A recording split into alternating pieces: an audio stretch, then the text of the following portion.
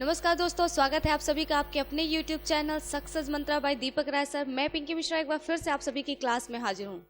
दोस्तों, जैसा कि आप सभी को मैं यूपी ट्रिपल एससी की साइंस की क्लासेस जो है लेकर आ रही हूँ आप सभी के लिए, जो कि बहुत ही महत्वपूर्ण है। ठीक है, 5 नंबर के जो क्वेश्चन आपके सिलेबस सारे क्लियर कर दिए गए हैं। 5 नंबर के क्वेश्चन आपके साइंस से पूछे जाएंगे। ठीक है, तो ये हैं सारे जो है रिलेटेड आपके साइंस से रिलेटेड क्वेश्चन। आज मैं पोस्टर पे बात करूंगी क्या इम्पोर्टेंट है, उससे रिलेटेड क्वेश्चन कैसे बनते हैं।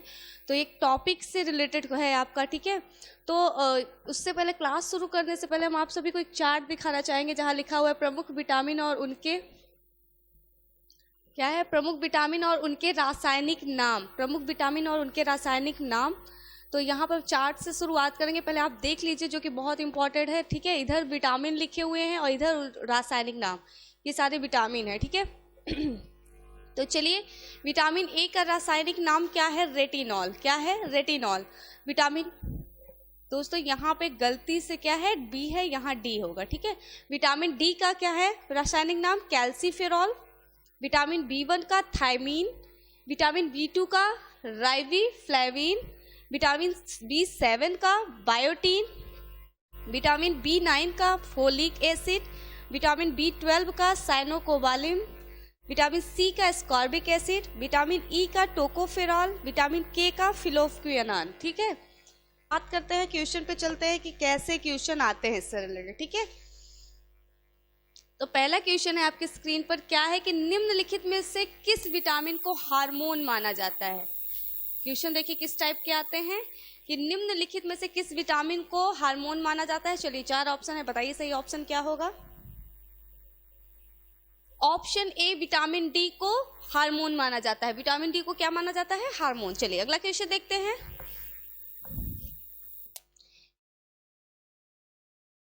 निम्नलिखित में से कौन सा विटामिन जल में घुलनशील है? क्या है क्वेश्चन, निम्नलिखित में से कौन सा विटामिन जल में घुलनशील है? बताइए कौन सा विटामिन घुलनशील है। 4 ऑप्शन है, देखिए चारों ऑप्शन को। ऑप्शन बी, विटामिन बी और विटामिन सी जो है जल में क्या है, घुलनशील है। ठीक है, चलिए अगला क्वेश्चन देखते हैं। निम्नलिखित में से कौन सा सही युग्म नहीं है? निम्नलिखित में से कौन सा सही युग्म नहीं है? देखिए इसमें से कौन सा सही युग्म नहीं है। विटामिन बी1 संतरा। विटामिन बी कॉड यकृत तेल। विटामिन ई गेहूं अंकुर तेल। विटामिन के अल्फाल्फा। उपरोक्त में से कोई नहीं। तो इसमें कोई भी जो है सही सुमेलित नहीं है, इसलिए इसमें ऑप्शन डी आपका सही जवाब होगा। ठीक है, इसमें से कोई भी सही सुमेलित नहीं है। ठीक है, चलिए अगला क्वेश्चन देखते हैं। दूध का श्वेत रंग निम्नलिखित में से किसकी उपस्थिति के कारण है? बताइए, दूध का श्वेत रंग निम्नलिखित में से किसकी उपस्थिति के कारण है? आप सभी बताइए चारों ऑप्शन में से कौन सा सही जवाब होगा। Option D, casein. किसके कारण?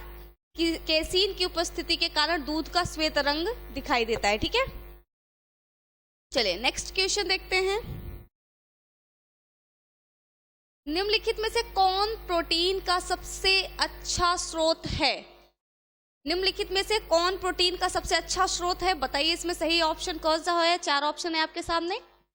ऑप्शन डी, ऑप्शन बी क्या है, मूंगफली। मूंगफली जो है प्रोटीन का सबसे अच्छा स्रोत है। ठीक है, चलिए अगला क्वेश्चन करते हैं। विटामिन में से कौन, निम्नलिखित में से कौन सही सुमेलित नहीं है? ये सारे ऑप्शन दिए हुए हैं, इसमें से कौन सही सुमेलित नहीं है। विटामिन सी एस्कॉर्बिक अम्ल।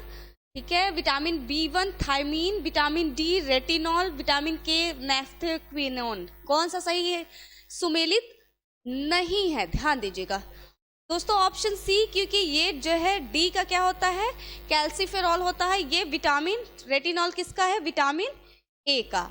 ठीक है, विटामिन ए का है रेटिनॉल। ठीक है, तो इसीलिए इसमें कौन सा सही सुमेलित नहीं है, ऑप्शन सी। ठीक है, चलिए अगला क्वेश्चन देखते हैं। वह खाद्य जो किसी एथलीट को तत्काल ऊर्जा प्रदान करता है। वह खाद्य जो किसी एथलीट को तत्काल ऊर्जा प्रदान करता है क्या है? देखिए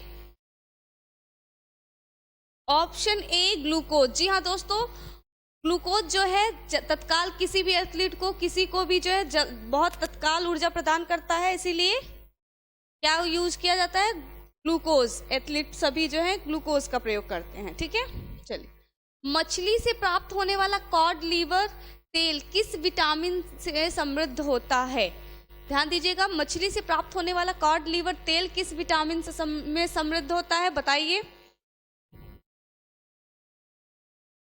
ऑप्शन बी विटामिन डी में। किस में होता है? विटामिन डी में, ठीक है।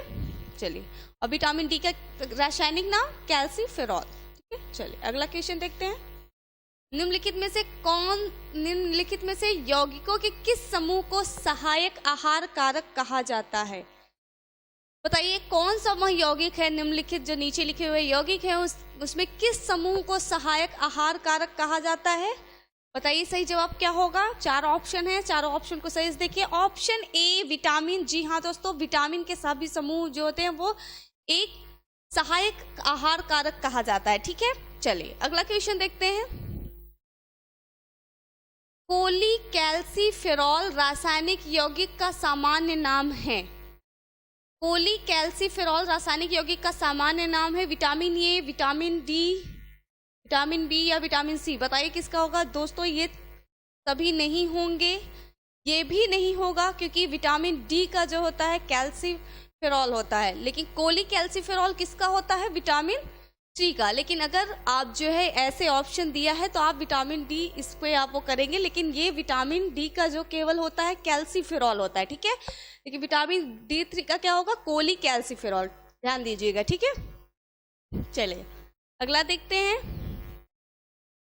निम्नलिखित में से कौन सी फसल मृदा को नाइट्रोजन से परिपूर्ण कर देती है? एक बार फिर से क्वेश्चन को देखिए। निम्नलिखित में से कौन सी फसल मृदा को नाइट्रोजन से परिपूर्ण कर देती है? आपके पास 4 ऑप्शन है, बताइए सही जवाब क्या होगा। ऑप्शन डी मटर। क्या है? मटर जो है फसल को, मटर जो है नाइट्रोजन से परिपूर्ण कर देती है फसल मृदा को, ठीक है। चलिए, अगला क्वेश्चन देखते हैं।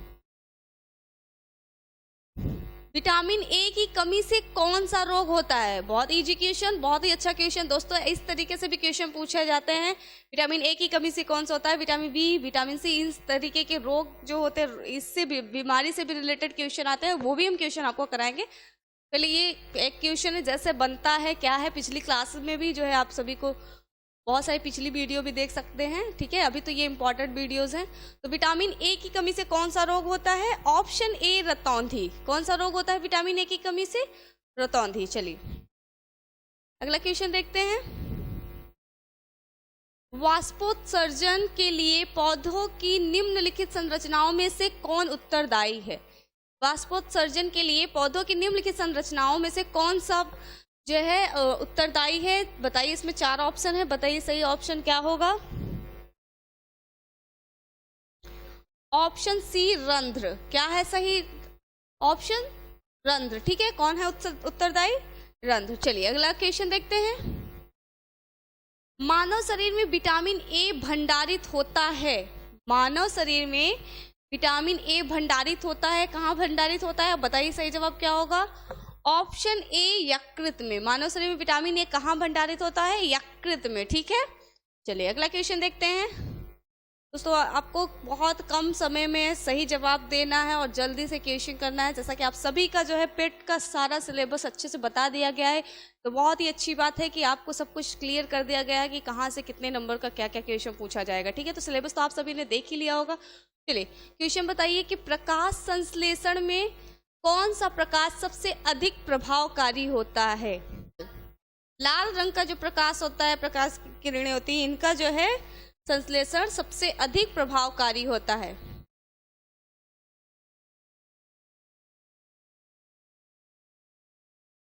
चलिए, नेक्स्ट क्वेश्चन देखते हैं। प्रोथ्राम्बियन का निर्माण कहाँ होता है?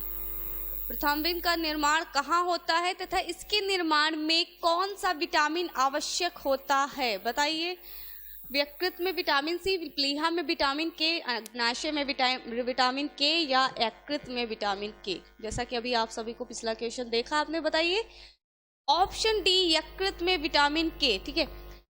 प्रोथ्राम्बिन का निर्माण कहाँ होता है तथा इसके निर्माण में कौन सा विटामिन आवश्यक होता है? तो ये है यकृत में होता है। और कौन सी विटामिन आवश्यक होती है? विटामिन के। ठीक है, चलिए अगला क्वेश्चन देखते हैं।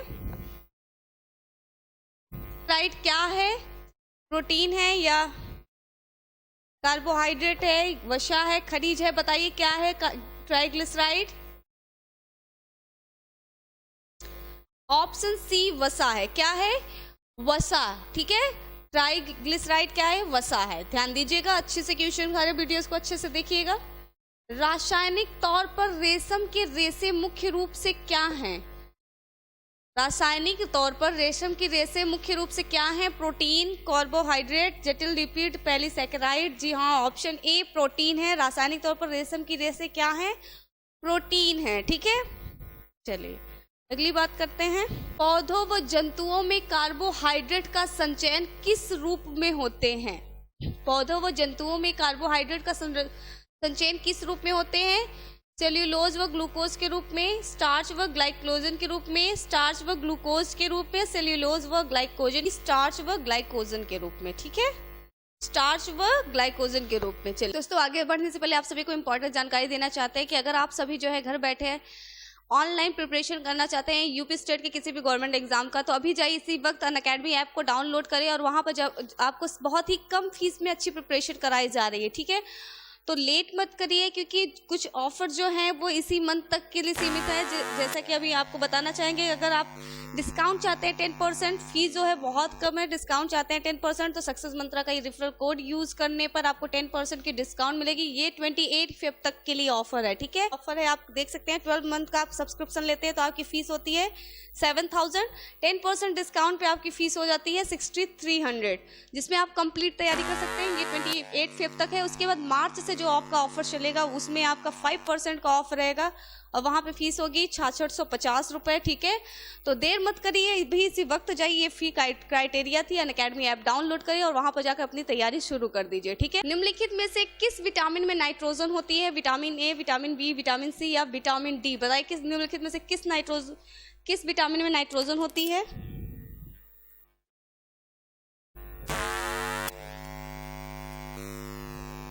ऑप्शन बी, विटामिन बी में क्या होता है? नाइट्रोजन होता है। ठीक है, नाइट्रोजन पाया जाता है। चलिए अगला क्वेश्चन देखते हैं।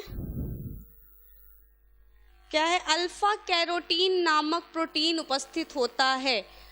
अल्फा कैरोटीन नामक प्रोटीन उपस्थित होता है। बताइए, 4 ऑप्शन है, कहाँ उपस्थित होता है? क्वेश्चन नंबर 22 बताइए कहाँ उपस्थित होता है? ऑप्शन डी, त्वचा में। कहाँ उपस्थित होता है अल्फा कैरोटीन नामक प्रोटीन? त्वचा में। चलिए अगला क्वेश्चन देखते हैं। पोषक तत्वों को मुख्यतः निम्नलिखित 2 वर्गों में विभाजित किया जाता है। बताइए कौन कौन से वर्ग में विभाजित किया जाता है मुख्यतः, वह कौन है? चलिए बताइए, पोषक तत्वों को मुख्यतः निम्नलिखित 2 वर्गों में विभाजित किया जाता है। अकार्बनिक। जी हाँ, पोषक तत्वों को मुख्यतः कार्बनिक एवं अकार्बनिक वर्गों में विभाजित किया जाता है। निम्नलिखित में से कौन सी गैस प्रकाश संश्लेषण प्रक्रिया के लिए आवश्यक है? Option B, CO2। क्या है? CO2 गैस जो है प्रकाश संश्लेषण प्रक्रिया के लिए आवश्यक है। ठीक है दोस्तों, ये थे आपके साइंस से रिलेटेड क्वेश्चन। जैसा कि आप सभी जानते हैं कि आपके जनरल साइंस से आपके कितने क्वेश्चन आने हैं? 5 मार्क्स के आने हैं। ठीक है, तो ये बिल्कुल भी लेट मत करिए, क्लास की तैयारी करिए, टाइम जो है लिमिटेड है। ठीक है, कभी भी ये जो है आपका ये फॉर्म फिल किया जाएगा और आपके एग्ज़ाम होना तो तय है कि आपका अप्रैल या मई में जो है आपके एग्ज़ाम होने हैं। तो लेट मत करिए, तैयारी करिए, हमारे चैनल से जुड़िए। और इसके अलावा आप हमें टेलीग्राम चैनल पर भी फॉलो कर सकते हैं। वहाँ पे भी आप जो है वीडियो से रिलेटेड आपको सारे लिंक वहाँ भी प्रोवाइड हो रहे हैं। वहाँ पे भी जाके आप वहाँ फॉलो करके वहाँ पे भी आप जो है अपने सारे स्टडी मटेरियल प्राप्त कर सकते हैं। इसके अलावा आप हमारे चैनल को सब्सक्राइब करिए और जो भी कमेंट है, जो भी क्वेरी हो, वीडियो से रिलेटेड कंटेंट जो भी चाहिए, जिससे भी हो, आप मुझे कमेंट बॉक्स में बताते चलिए, जिससे हम और भी अच्छी से अच्छी वीडियो लेकर आते रहे। ठीक है, तब तक के लिए जुड़े रहिए। आज के लिए इतना ही, धन्यवाद।